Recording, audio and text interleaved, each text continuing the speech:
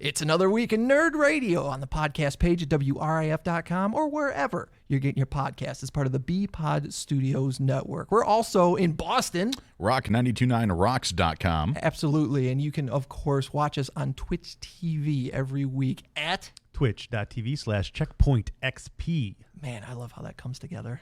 Well, we do it 800 or 900 times. We're bound to get it right eventually. It's like the one thing we have down. That's the one. that's Yes, it. the one thing is doing the intro to each segment of the show.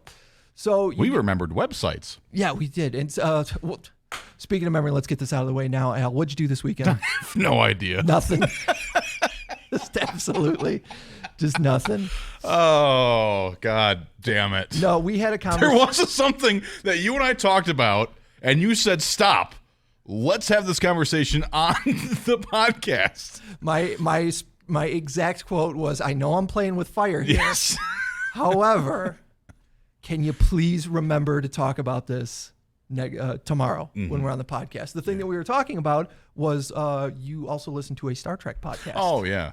And you were talking a week because... Well, I don't remember why we were talking about this. I'm backing up. I'm getting you there. Oh, yeah, now I remember. There you go. Over the weekend, I shared a Facebook story about Robin Williams was evidently supposed to be in an episode of Star Trek: The Next Generation. God damn it. He was a big fan. You had to lead me by the hand. I typically do. Jesus. I got to make sure you don't wander into traffic, man. Oh, God. But Robin Williams, much like we've told the story on the show before, I should say Al's told the story because he does remember that story. That Whoopi Goldberg was a huge Star Trek fan. Mm-hmm. And the first season of Next Generation, they didn't have her on because they didn't believe that it was actually her that wanted to be on Star Trek. Yeah, they found it hard to believe that she wanted to be a part of the show. Yeah. Right. Yeah.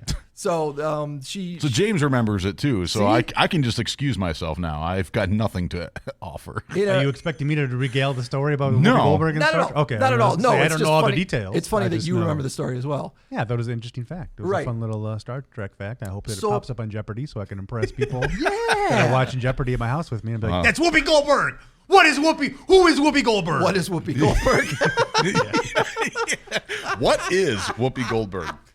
Yeah, no, I've got you covered on some Star Trek as we, again, with that Trivial Pursuit. That was a mess. Right. I don't know that was as much Star Trek as I thought, was but awful. Star Trek and MASH, I got you covered. I don't remember anything else. So apparently a similar story happened with Robin Williams. He was a huge fan of Star Trek: The Next Generation and contacted the people that were working on it, and they wrote an episode way in one of the deep seasons specifically for him to be on, and by the time they got around to it, he could not be there for, reasons. Because he was all tied up playing Mork on Mork and Mindy? I think it was after Mork and Mindy. It might have been around the Popeye days.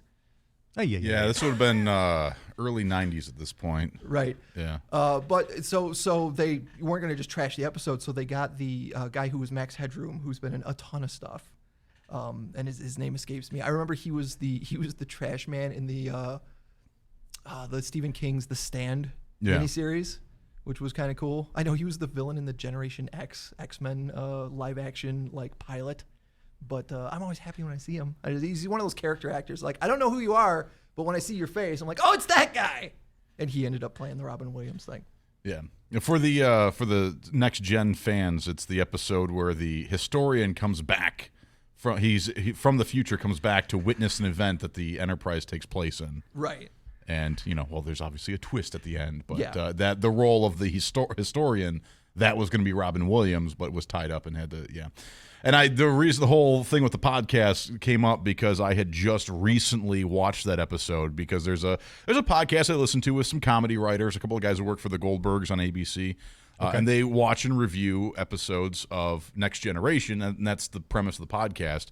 And that's the next episode. And I usually, I like the podcast. I like, obviously, Next Gen is my favorite, so I'll watch the episode before I listen to the podcast. So these guys kind of Mystery Science Theater, the Sort episodes? of, yeah. The comedy writers. Yeah. Are they watching because they actually enjoy it? Are they watching the rip one, on it? The one is a Star Trek super fan, Matt Myra, and then his co-host, Andrew Secunda, is a fan of the original series, and he also watched Voyager, but had never seen Next Generation. So that's what started the little journey to watch the show together.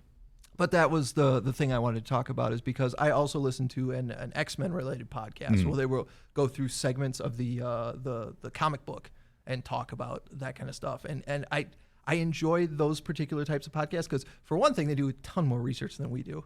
They're not just sitting down in a room talking about stuff, but we have a good time. Yeah, I was going to say, I don't want to shock anyone, but there's zero prep work that goes into this. You speak for yourself. Well, yeah, Chuck spent some time. I spend a little bit of time looking some stuff up. How dare you, Al? You know what? That much time looking things up. The truth comes out. Sean was in here watching me scramble furiously to look stuff up for this week's Nerd Radio. The 1 week Chuck came in and said, I've got really nothing this week, just started sweating. Well, was the sweat because he had nothing, or was it because he was down with that hacksaw Jim Duggan? Yeah. He had Hacksaw's wood. He had him hand down on Hacksaw's wood and got an STD. Well, that'll teach me.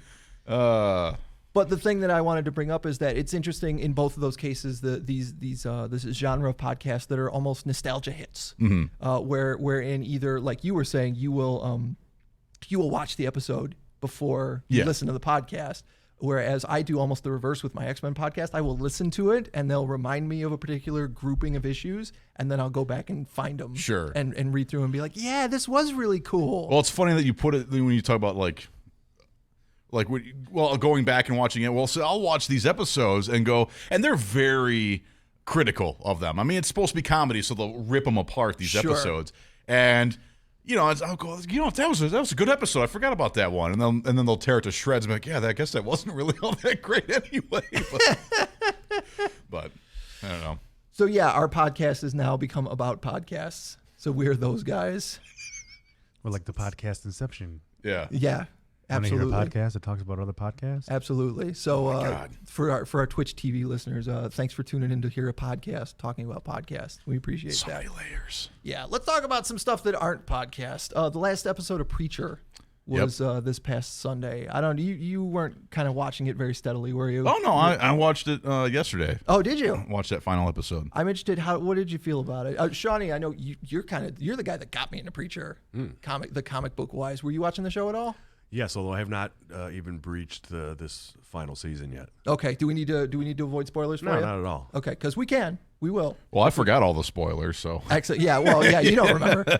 Well, we wouldn't do all the spoilers anyway because we like to give it a couple of weeks. Sure. If someone is listening to the podcast who is a Preacher watcher, so like you're not. There's gonna be any crazy spoilers in this, but right. I enjoyed it. I did like the way it ended. I mean, I liked that final season. I mean, really, the second season. How far along? You just Yeah, I'm up to this final season. Up to the recent. Okay.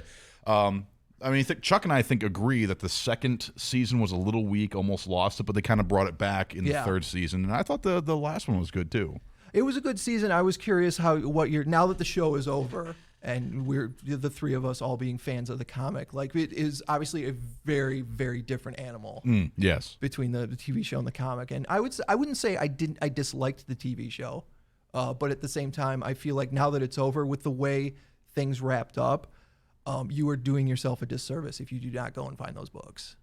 Oh, I mean, obviously, you got to read the comics. There are plenty of things in those books that I did not get to see in the show that I would have liked to, and that's not like, it sounds like a complaint, but really it isn't, because they gave you a whole bunch of stuff.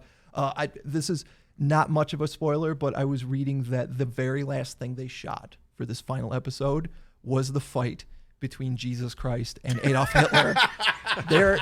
There is a fist fight between Jesus Christ and Adolf Hitler. I love just saying that out loud. Yeah. And Jesus Christ chokes Adolf Hitler to death while Adolf Hitler screams Jew at him. Wowie.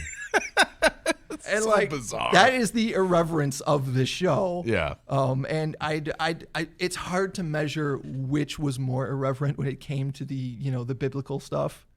But this is what'll get James to watch the show. You can see Jesus breakdance. Jesus breakdance. Well, you guys kind of had me with Jesus fighting Adolf Hitler. I know. Maybe I should check it out. If you hear about that and that's not a show you want to watch, then I don't know that almost anything else is going to get you. So bizarre. So weird. Yeah, for sure. But it's interesting. And that's Tyson Ritter from All American Rejects. That plays Adolf, or he plays Jesus? Humperdew and Jesus. Yeah. Yeah. That is Humperdew. Awesome. No, it was a really fun show. It was great to see characters like Cassidy. Just much like The Boys on Amazon Prime, you're watching these characters come almost right off the page. Yeah. And just be the character you read in the books, but the circumstances become drastically different. And correct me if I'm wrong, but they basically sort of ran out of time, right? I mean, like they weren't going to do another season. Like I mean, like you said, there's stuff that you didn't get from the comics that you would have liked to, right? But AMC wasn't going to do another season of this. Like it was successful, but not enough. Is that right? If I'm remembering that correctly, as we've established, I remember nothing correctly. So help me out, guys. Impression I got, right? Like 4 seasons doesn't seem like what they would have loved to have had, right? Sure. It never caught the road trip quality of the original series, I think, because each season was fairly stationary in the spots they were at. But when they hit certain characters, they just crushed it. I mean, Star in the second season. Star is phenomenal. So off the charts, on point in terms of the comic, and also just wrong in terms of everything about this human being that is being portrayed. And I think that's what the show did really well, is it hit some grand slams, but it also, not some of the stuff fell a little flatter, and but the high points I really think are worth it, because you see stuff like Hitler and Jesus going toe to toe by Jesus, and you're not going to get that anywhere else, and it certainly has the spirit of Garth Ennis in that way. Yeah. Absolutely. Yeah, no, I completely agree with that. So, I mean, all in all, thumbs up, like you said, though. There's stuff missing.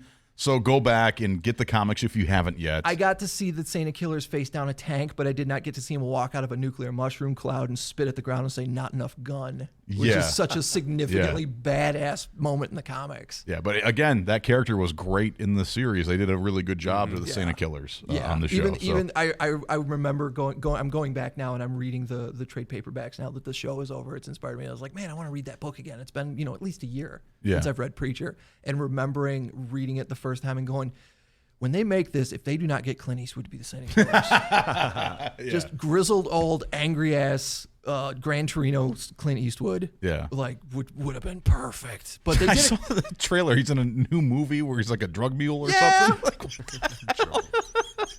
What are you doing, Clint? I don't know. You're but gonna have to check my caboose. Right. And the very last scene of Preacher is great because a character I don't want to spoil, asks Cassidy, "Will I ever see you again, Mr. Cassidy?" And he kind of almost looks at the camera and says, "Jesus, I hope so," and then walks into the sunshine and catches fire. And it's really kind of a melancholy ending to the whole thing. And I agree. I would really hope to see this again in some way, shape, or form. So go read Preacher, and while you're at it, read The Boys, especially if you haven't seen the Prime show yet. Yeah, because that's coming back on Amazon Prime for a second season. And it's gonna be that first season was so good. Have you watched? Oh yeah, you did. Okay. Excellent show. Good. Excellent show. Going to be interesting to see how they continue that, considering how many very wrong things happen in that comic book. Well, I think that's why they went Prime this time. They went something premium. Yeah. They don't have standards and practices that they have over at AMC. Even though you can get away with more on cable, right? It's still basic cable, so there are still. I feel like with the streaming services now that I don't know that there are standards and practices. I think it's kind of the Wild West in that, like, look, you are downloading a server, paying for a service. You will rate it and let you know, hey, bad stuff's gonna happen. Right. But you're the one clicking on the thing. Yeah. So it's the same along the lines of an HBO or a Cinemax or something like that. You can get away with a lot more because it's a premium service. Right. So Netflix and Prime and all that other stuff, Hulu, you can get away with that stuff because under the same guise of HBO. Yeah, for sure. But AMC is still basic cable, so Preacher had limitations. Yeah.